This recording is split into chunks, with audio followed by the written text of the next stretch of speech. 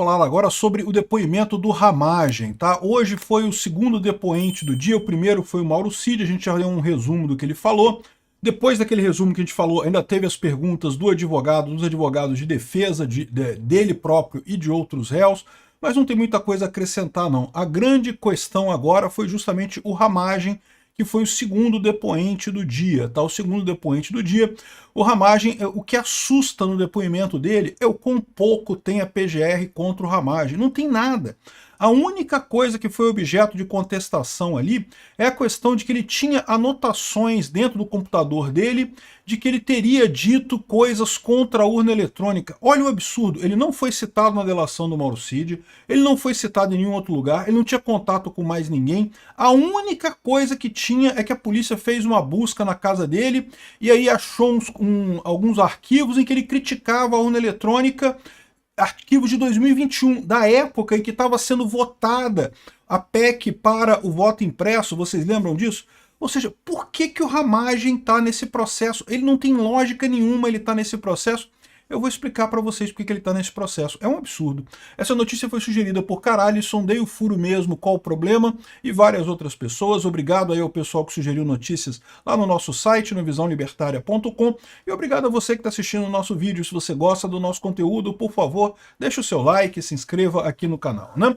Pois bem, estão havendo os depoimentos dos acusados no caso lá do suposto, entre aspas, golpe do Bolsonaro, que não tem golpe nenhum, a gente já sabe que é um circo danado, mas chega a ser impressionante a forçação de barra desse pessoal. O caso do Ramagem é um caso todo atípico, porque, cara, ele não tem ligação de nada com ninguém. Os advogados das outras pessoas não perguntaram nada para ele, porque ele não tem nada, não tem interação com ninguém. O que esse cara tá fazendo aqui? Né? Ele foi acusado, vocês lembram, do caso da ABIN paralela. Porque a ideia é que o Bolsonaro teria criado uma ABIN paralela, vocês lembram, para investigar o Xandão, investigar outras pessoas, porque tinha um software chamado First Mile, ou Last Mile, sei lá, alguma coisa assim, que era um software que identificava as pessoas e não sei o que lá. Lembra que a imprensa fez um escarcéu em cima disso? E no final das contas, o que ele explicou muito claramente aqui é que o First Mile, quando ele assumiu a diretoria da ABIN, ele mandou investigar esse troço e ele foi o cara que acabou com esse negócio. E acabou com esse software em 2021. Então, peraí, como é que pode? O golpe foi em 2022, né? Ou seja, foi no final de 2022, início de 2023, segundo eles estão dizendo, né? Como é que ele está sendo acusado num negócio que é um software que estava lá? Ah, mas aí a polícia fez a busca na casa dele e encontrou arquivos no computador dele em que ele questionava a urna eletrônica. Cara, olha o absurdo. Ele não publicou nada disso, ele não falou com ninguém sobre nada disso, ele não botou essas informações em lugar nenhum. Ou seja, não é só que você não pode criticar a urna eletrônica, você não pode pensar que a urna eletrônica é falha. Não, você tem que ter o controle do pensamento que eles querem aqui, né? Cara, não tem lógica absolutamente nenhuma o Ramagem tá neste caso, né? E até o Eduardo Bolsonaro também colocou aqui, ó, que depois de mais de um ano que eu prestei depoimento, quando descobri que sou investigado por causa de uma única pergunta feita pela minha assessora que não teve resposta. Vocês lembram que em determinado momento uma assessora do Carlos Bolsonaro mandou uma mensagem para o Ramagem perguntando alguma coisa para ele. Detalhe, o Ramagem não era mais diretor da ABIN, e aí o pessoal da imprensa fez um caso de que o Carlos Bolsonaro estava envolvido na ABIN paralela porque a assessora mandou uma mensagem para o Ramagem. O Ramagem nem respondeu a pergunta da assessora do Carlos Bolsonaro. Ou seja, um negócio totalmente absurdo, mas isso daqui gerou aquela busca e apreensão que teve em Angra dos Reis, vocês lembram? Que o Bolsonaro tinha saído para pescar cedo e aí o pessoal ficou naquele negócio, né? Que o Bolsonaro fugiu e não sei o que lá, e que acharam não sei o que. Fizeram um escarcéu na mídia em cima disso. Eles não têm nada contra o Ramagem. Para tu ter uma ideia, nessa história aqui, nessa coisa aqui, o Ramagem diz que as anotações com ataques às urnas eram privadas e não foram enviadas para Bolsonaro. E desde quando? Mesmo que não fossem, mesmo que tivessem sido enviadas para Bolsonaro, o que tem de mais alguém criticar a urna eletrônica? Eu falo isso para vocês sempre. Eu não vi problema nenhum, eu sou uma das pessoas que defendem a urna eletrônica. Ao contrário, eu acho que é uma coisa positiva para a realidade do Brasil. Agora, eu acho que é o direito das pessoas criticarem a urna eletrônica. Por que não pode? Sempre pode, sempre teve crítica à urna eletrônica, porque agora virou crime de Estado. Você está atacando a democracia se você criticar a urna eletrônica. Que lógica tem isso, né? Enfim, e de novo, foi só o que eles conseguiram. O que eles conseguiram do Ramagem foi que tinha arquivos no computador dele, e ele próprio fala no depoimento, né, que tinham, sei lá, não sei quantos mil arquivos, é um computador que ele usava há anos. Tinham milhares de arquivos ali. Tudo que a PF conseguiu achar foram 2 arquivos que tinham uma passagenzinha que ele criticava a urna eletrônica e que, segundo ele, eram arquivos que ele usava para pensamento, para esclarecer, rabiscar coisa, rascunhar coisa. Mas, de novo, eu ressalto para vocês, mesmo que não fosse o caso, mesmo que ele tivesse mandado aquilo para o Bolsonaro, que diferença faz? Não pode, então, questionar a urna eletrônica, não pode pensar diferente da urna eletrônica, tem que aceitar e não pode nem pensar na sua cabeça aí que a urna eletrônica pode estar errada. Caraca, que absurdo isso, bicho, não tem lógica nenhuma. Direito de questionar as pessoas têm, elas têm que ter. Né?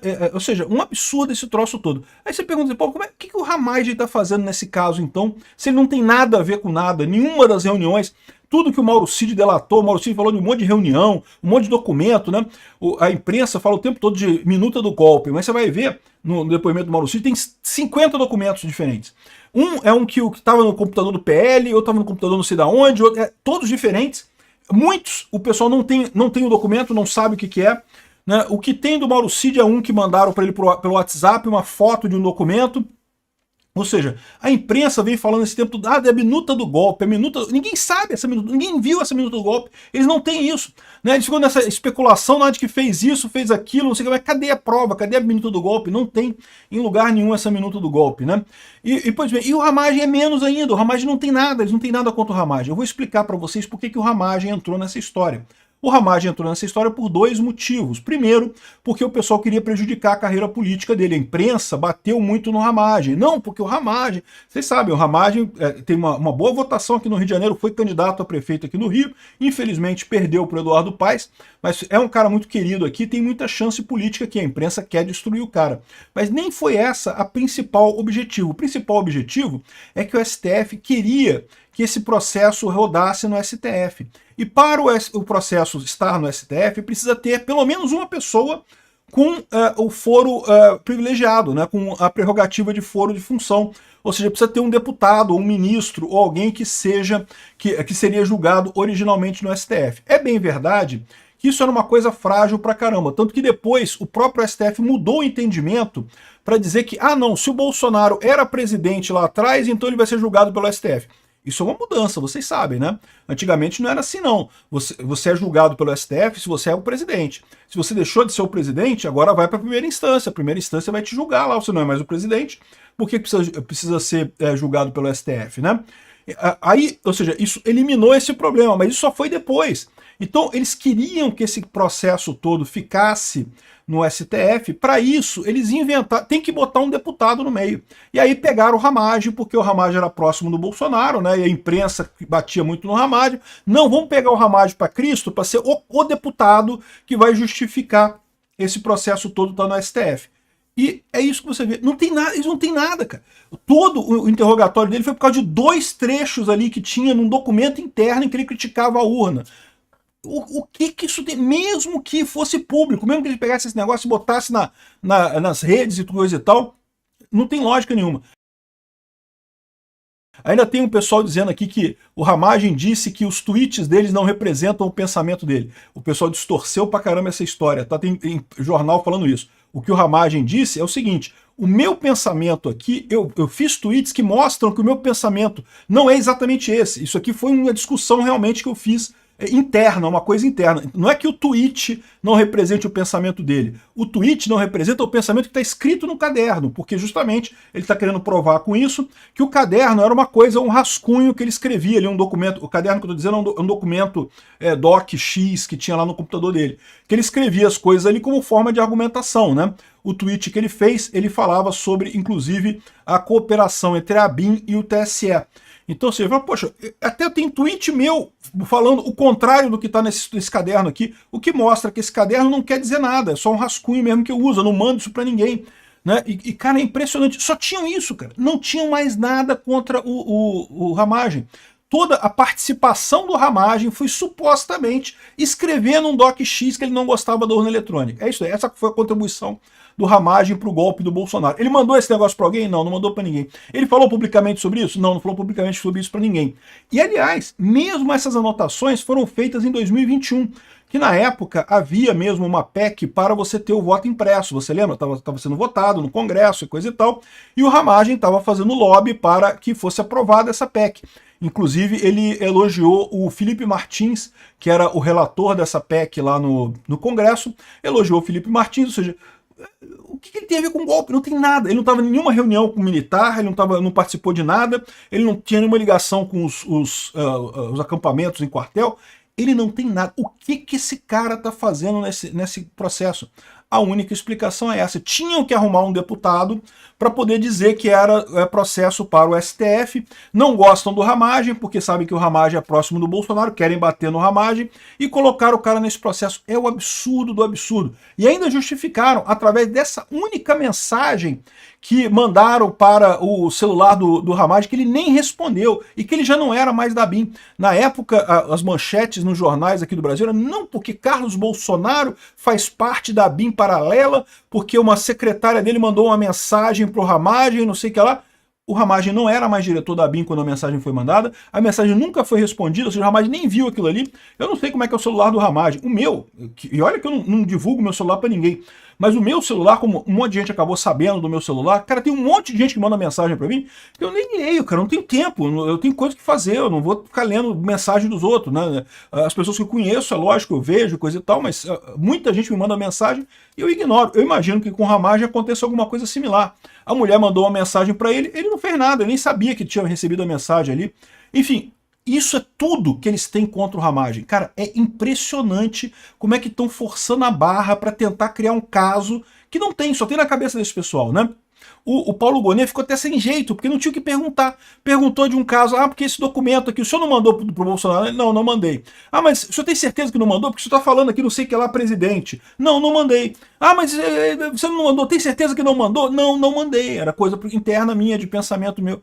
Aí, em determinado momento, o Alexandre de Moraes entrou nas reportagens do Globo.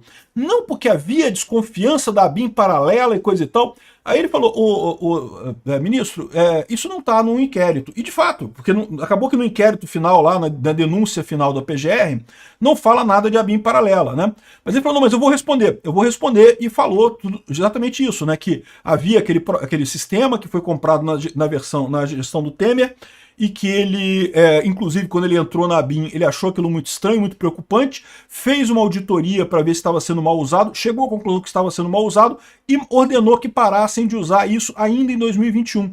Ou seja, muito antes de toda a acusação de golpe acontecer. Repara como é que a imprensa fez uma lambança com isso, como queria atingir o cara. Buscaram um negócio que era de 2021 e que ele foi o cara que brigou contra, que quis acabar com o software. Não, mas o Ramagem fez a BIM paralela, estava investigando pessoas, eu não sei o que lá, que investigaram fulano, investigaram Beltrano, investigaram não sei mais quem, sem nenhuma base, nem tá na denúncia da PGR. Ele respondeu a tudo, mas no final das contas, ficou estranho esse negócio. O que o Ramagem está fazendo nesse processo, né? E chegaram a investigar o Carlos Bolsonaro nisso também. Cara, é uma lambança tão grande que esse pessoal está fazendo. Bom, o Ramagem saiu muito bem, assim, eu não sei, é o que eu falo para vocês, né? O problema desse processo todo é que por mais que a pessoa se saia bem, por mais que ele explique tudo, que não tenha dúvida nenhuma, a gente sabe que na cabeça desse pessoal eles querem condenar Bolsonaro, eles querem condenar quem está perto de Bolsonaro. Então arrisca o Ramagem rodar nessa parte. Arrisca. Vou dizer o quê? Vou dizer que não tem risco disso? É lógico que tem. Por mais que seja um absurdo, ele sequer estar neste processo. Ele não tem nada a ver com nada nisso daqui. Cara, é realmente um absurdo isso. Acabou a justiça no Brasil. Virou perseguição política pura e simples.